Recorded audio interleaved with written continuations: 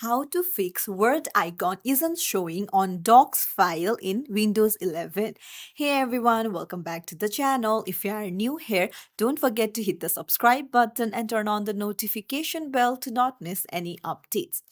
So the Word icon not showing on a Docs file may be because MS Word is not your default app. You'll need to change your default app to MS Word. So for that, you'll need to head over to the settings. Just search for settings and then open it up. And then on the left hand side, you will see apps. Tap on it and then go to default apps. Now here, search for MS Word. Once you find it, just tap on it. And then you can see that doc option here. Just tap on it and tap on set default. And your problem will be solved. If you found this tutorial helpful, don't forget to like and subscribe to our channel for more tips and tricks. Thank you for watching.